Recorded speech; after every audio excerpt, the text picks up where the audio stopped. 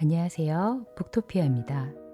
오늘은 우리가 흔히 생각하는 평균에 대해 새로운 시각을 제시하는 책, 바로 토드 로즈의 평균의 종말을 소개해 드리려고 합니다. 우리는 학교에서 평균 성적, 직장에서 평균 실적 등 평균이라는 기준에 익숙해져 있죠. 그 기준에 맞춰 자신을 평가하고, 때로는 실망하고, 때로는 안도하기도 합니다. 하지만 과연 평균이라는 것이 정말 우리를 잘 나타낼 수 있을까요? 한번 생각해 봅시다. 평균 키가 175인 사람들이 있다고 해서 모두가 그 키를 가질까요? 아니죠. 어떤 사람은 더 크고 어떤 사람은 더 작습니다. 평균은 단지 수치일 뿐 실제 개개인의 특성을 반영하지 못합니다. 토드 로즈는 이 책 평균의 종말에서 바로 이런 점을 짚어내고 있습니다. 그는 우리에게 이렇게 묻습니다. 왜 우리는 평균이라는 허상에 갇혀 자신과 타인을 평가하는가? 이 책은 단순히 평균의 문제점을 지적하는 데 그치지 않습니다. 로즈는 개인의 다양성을 인정하고 각자의 고유한 능력을 발휘할 수 있는 방법을 제시합니다. 교육에서부터 직장, 그리고 사회 전반에 이르기까지 우리가 평균에서 벗어나 각자의 개성을 존중하는 법을 배울 수 있습니다. 지금부터 저와 함께 평균의 종말이 전하는 놀라운 통찰과 이야기를 살펴보시죠. 이 책을 통해 여러분도 평균이라는 틀에서 벗어나 진정한 자신의 가능성을 발견할 수 있을 것입니다. 채널 구독과 좋아요, 알림 설정 잊지 마세요. 그럼 시작해 볼까요? 평균의 허상. 1940년대 미국 공군은 조종사들의 신체 치수를 평균으로 설계한 조종석을 만들었습니다. 그러나 실제로 평균에 해당하는 조종사는 단 한 명도 없었습니다. 이 사례는 평균이라는 개념이 얼마나 비현실적인지를 잘 보여줍니다. 평균적인 조종사라는 개념이 존재하지 않기 때문에 모든 조종사의 신체 치수를 고려한 맞춤형 설계가 필요했습니다. 교육과 직장. 학교와 기업들은 여전히 평균적인 학생과 평균적 직원에 맞춰 평가하고 있습니다. 그러나 이는 개개인의 특성을 무시하는 잘못된 접근입니다. 예를 들어 학생들의 학습 속도와 방식은 매우 다양합니다. 평균적인 학생을 기준으로 한 교육 방식은 많은 학생들에게 효과적이지 않을 수 있습니다.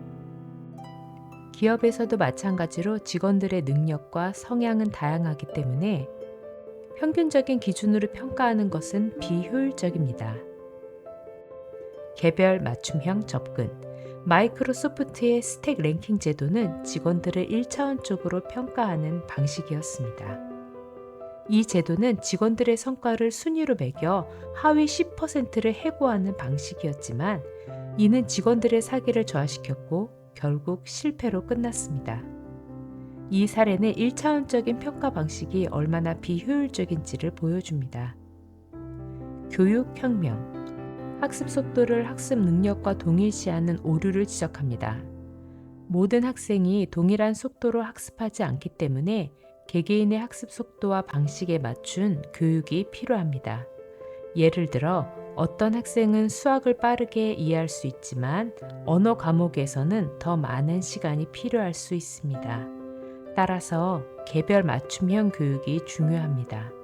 개개인성의 중요성. 개개인의 특성을 존중하고 이를 기반으로 시스템을 설계하는 것이 얼마나 중요한지를 다양한 사례를 통해 설명합니다. 예를 들어 맞춤형 의료는 환자의 유전적 특성과 생활 습관을 고려하여 치료 방법을 결정합니다. 이는 평균적인 치료 방법보다 더 효과적일 수 있습니다. 미래의 방향. 평균주의를 벗어나 개개인의 특성을 최대한 활용하는 사회로 나아가야 한다는 메시지를 전달합니다. 예를 들어 기업은 직원들의 다양한 능력과 성향을 고려하여 맞춤형 업무 환경을 제공할 수 있습니다. 이는 직원들의 만족도와 생산성을 높여줄 수 있습니다.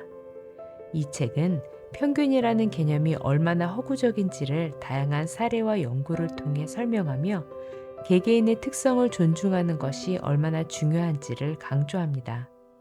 작가는 더 효율적이고 개개인을 중시하는 교육 시스템 3가지를 제시합니다. 1. 학위가 아닌 자격증 수여. 2. 성적 대신 실력의 평가. 3. 학생들에게 교육 진로의 결정권 허용하기. 고등교육을 개인화한 방식으로 접근하기가 쉬운 일은 아니지만 가능한 일입니다. 실제로 이미 전 세계의 여러 단과대학과 종합대학에서 이루어지고 있습니다. 모든 것은 하나의 결정에서부터 시작됩니다. 즉, 개개인을 소중히 여기기로 마음먹는 일입니다. 지금 현재야말로 그 어느 때보다 그 꿈의 실현에 가까이 다가와 있습니다. 이제 더는 평균의 시대가 강요하는 속박에 제한당할 필요가 없습니다. 이제는 시스템에 대한 순응이 아니라 개개인성을 중요시함으로써 평균주의의 독재에서 해방되어야 합니다. 우리 앞에는 밝은 미래가 펼쳐져 있으며 그 시작점은 평균의 종말입니다. 경기 침체로 요즘 사람들이 가장 소비를 줄인 부분 1위는 외식, 2위는 여행이라고 합니다. 최근에 아이와 밥 먹으면서 물어봤습니다. 너는 경기 침체에 대해 어떻게 생각하니? 체감이 되니? 아이는 아니요, 전혀요. 저는 행복해요.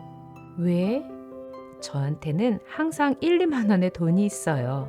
1, 2만 원의 돈이 있어서 행복하답니다. 고3인 아이는 엊그저께까지 기말고사 준비로 며칠간 새벽 서너 시까지 공부하다 힘들어 울던 아이입니다. 학교 시험만 되면 아이의 스트레스로 온 가족이 긴장하죠. 왜 이렇게까지 해야 하나? 아직 한참 잘 자고 잘 먹고 행복해야 하는 나이에 라는 생각이 듭니다. 평균주의에 나도 모르게 끼워 맞춰 생각하고 살고 있습니다. 이 책을 읽었다고 해서 평균주의에서 온전히 자유롭게 살 자신은 없습니다. 그러나 적어도 왜 우리가 평균이라는 틀 속에서 살게 되었는지, 앞으로 어떤 방향으로 생각하고 살려고 노력해야 하는지 그 방향성을 알게 되었습니다. 언젠가 아이가 본인의 길을 가려 할 때 평균주의라는 틀에 얽매인 생각이 아닌 열린 생각으로 존중해 주려고 합니다. 우리 각자는 평균에 맞춰진 틀 안에서 정의될 수 없는 독특한 존재입니다. 이 책이 강조하는 것처럼 우리는 각자의 개성을 존중하고 다양성을 포용하는 사회를 만들어가야 합니다. 여러분도 이 책을 통해 자신만의 개성을 다시 한번 생각해보는 계기가 되었으면 합니다.